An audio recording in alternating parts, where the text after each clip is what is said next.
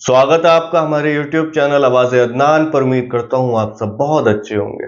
महाराष्ट्र चुनाव को लेकर कांग्रेस पार्टी ने अपनी पहली लिस्ट जारी कर दी है उम्मीदवारों की।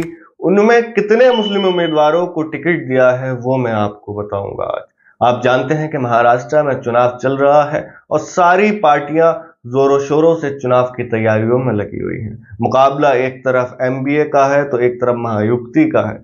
एमवीए में कांग्रेस पार्टी शरद पवार साहब की एनसीपी और उद्धव ठाकरे साहब की शिवसेना, तो उसी और महायुक्ति में BJP party Shiv Sena Shinde group की और अजीत पवार साहब की एनसीपी। कड़ा मुकाबला इन दोनों के बीच माना जा रहा है। उसी बीच असदुद्दीन ओवैसी की पार्टी की भी एंट्री है और ये माना जा रहा है कि ओवैसी की पार्टी का दबदबा मुस्लिम वोटर्स में इस बार ज्यादा है, वो सीट भी निकाल सकते हैं।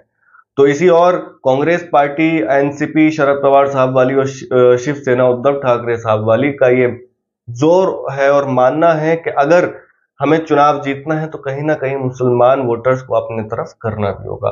तो पिछले कुछ दिनों में एक न्यूज़पेपर में आया था कि कांग्रेस पार्टी हरियाणा चुनाव हारने के बाद ये सोच विचार कर रही है कि महाराष्ट्र में मुसलमानों को ज्यादा टिकट देंगे। अभी 48 सीट पर 48 उम्मीदवारों के नाम अनाउंस करे हैं कांग्रेस पार्टी ने।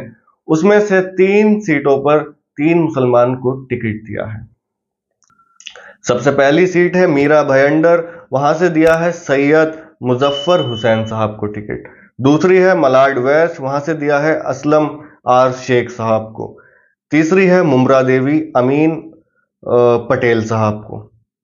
अब इन तीनों को टिकट दिया है जो कि मुस्लिम उम्मीदवार हैं। कांग्रेस पार्टी ने 3 सीटों पर टिकट दिया है। 48 सीटों पर अपना जो था पहली लिस्ट जारी करी कांग्रेस पार्टी ने।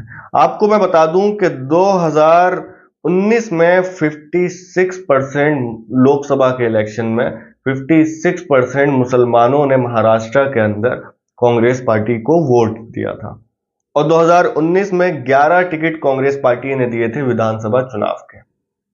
11 टिकट सिर्फ। और आपको बता दूं 48 सीटें ऐसी हैं, 40 सीटें या 46 सीटें लगभग ऐसी हैं जहां पर मुस्लिम बहुमूल्य मतलब मुस्लिम वोटर जो हैं दबदबा रखते हैं और एक अच्छा खासा वोट बैंक है। अब आपको मुसलमानों को सिर्फ 11 टिकट 2019 में कांग्रेस पार्टी ने दिए थे और 56% वोट मुसलमानों ने कांग्रेस पार्टी को सबसे ज्यादा महाराष्ट्र के अंदर दिया था। अब आप बात को समझें कि आपकी हिस्सेदारी कहाँ है, आपकी लीडरशिप कहाँ है। आपकी लीडरशिप को खत्म करा जा रहा है, आपकी लीडरशिप खत्म हो रही है।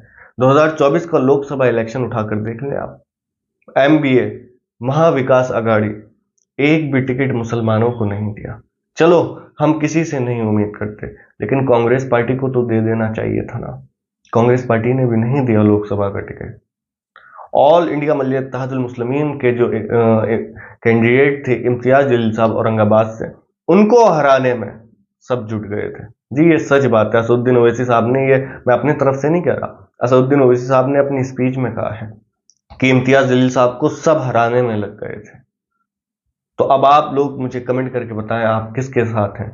महाविकास आघाड़ी के साथ हैं, ऑल इंडिया मजलिस इत्तेहादुल मुस्लिमीन के साथ हैं। आप अगर ऑल इंडिया मजलिस इत्तेहादुल मुस्लिमीन को सपोर्ट करते हैं, प्यार करते हैं, तो हमारे चैनल को जरूर सब्सक्राइब करें, वीडियो को जरूर लाइक करें।